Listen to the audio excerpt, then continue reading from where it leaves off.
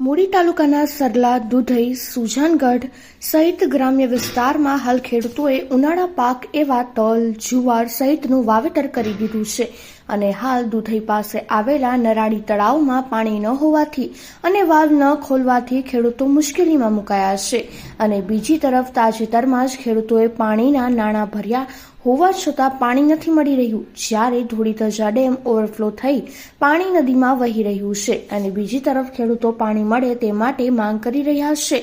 આ કેટલું યોગ્ય છે? ત્યારે ખેડૂતોનો પાક નિષ્ફળ જાય તે પહેલા તંત્ર દ્વારા વાલ્વ ખોલી પાણી આપવામાં આવે તેવી ખેડૂતો માંગ કરી રહ્યા છે।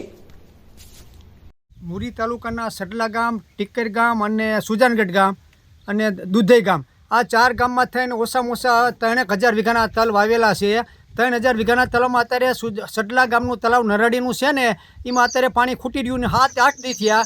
અમે અત્યારે રજૂઆતે કરેલી છે અને પાણીના પૈસા પણ ભરેલા છે અત્યારે સુજાનગઢ અને સડલાવાળાએ, તો પણ હજી પણ નર્મદાનો વાલ ખોલતા નથી। જો અત્યારે બિયારણ મોંઘું, દવા મોંઘી, ખાતર મોંઘું, બધાએ વાવીને અત્યારે 20-25 દીના બધાને તલ થઈ ગયેલા। જો આ 2-4 દીમાં વાલ નહીં ખોલે તો તમામ ખેડૂતને તલ રહ્યા ને બધા નિષ્ફળ જવાના છે।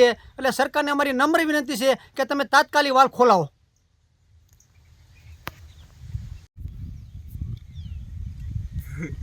મૂળી તાલુકામાં સડલા, દુધઈ, ટીકર, સુજાનગઢ ખેડૂતોએ તલનું વાવેતર કરેલ છે અને તલના વાવેતરમાં ઘણો બધો ખર્ચો કરેલ છે। ટ્રેક્ટર, ખાતર, દવા, બિયારણ, મજૂરી અને હવે તલની તૈયારી છે। ફક્ત 10 દિવસમાં પાણી આ ખેડૂતને મળે તો જ એ તલની નીપટ લઈ શકે એવું છે, નહીંતર આ તલનો નિષ્ફળ જાય એવું છે અને ખેડૂત વધુ દેણામાં ડૂબે એવું છે।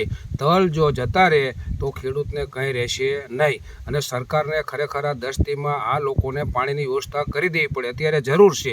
અને પછી તમે 15 દિવસે એ લોકોને પાણી આપો તો એનો અર્થ કોઈ રહેતો નથી। જય ભારત, જય હિન્દ।